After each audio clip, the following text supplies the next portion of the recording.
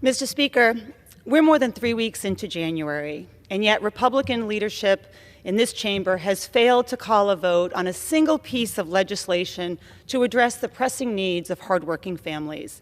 Nothing to ease the burden of grocery prices, nothing to lower the cost of prescription drugs, and nothing to make it easier for an American to buy a home. So what's the priority for the Republicans this week?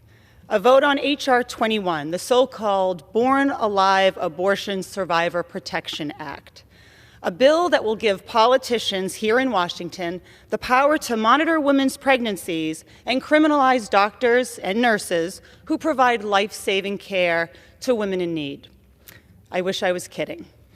Now, over the next couple of days, we're going to hear Republicans get up here and use scare tactic after scare tactic, attempting to justify this vote.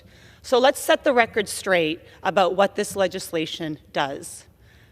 At first glance, its stated goal might sound reasonable: to provide a healthcare practitioner from failing to exercise the proper degree of care in the case of a child who survives an abortion or attempted abortion.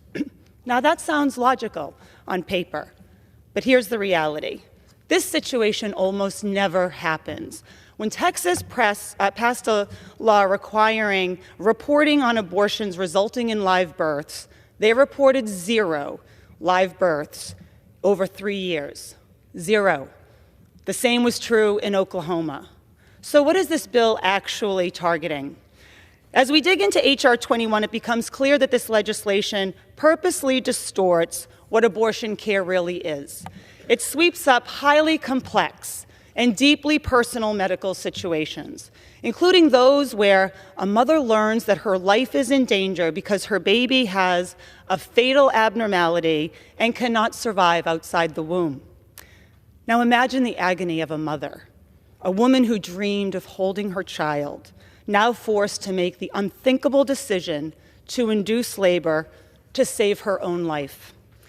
And as her baby is born in agonizing pain with just minutes or hours to live because no amount of medical intervention can save them, this bill seeks to make that horrifying situation even worse by overruling any decision by the mother and her doctor to provide compassionate, appropriate medical care. Instead, it threatens doctors and nurses with jail time, even if the only alternative is prolonging the pain, the suffering, and tragically, the inevitable death of the baby. Tell me, Mr. Speaker, how does that make sense? Why do Republican members of Congress insist they know what's better for a mother and her baby than she and her doctor do? This bill is not about protecting life. It's about pushing out blatant lies about women's health care, and it's about control. It's about extreme Republican politicians inserting themselves into the most personal, private, and heartbreaking decisions a family has to make. And the cost? Women's lives put at risk because some here would rather legislate ideology than acknowledge the complexity of real-life medical decisions. To my colleagues across the aisle, instead of advancing a dangerous, divisive bill that exploits women's health for political gain, let's focus on what Americans actually are asking us to do. Let's work to lower costs. Let's expand access to health care. Let's give families the tools they need to thrive.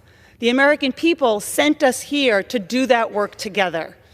I urge my colleagues to vote no on the GOP's Reproductive Health Care Surveillance Act, and I yield back the remainder of my time.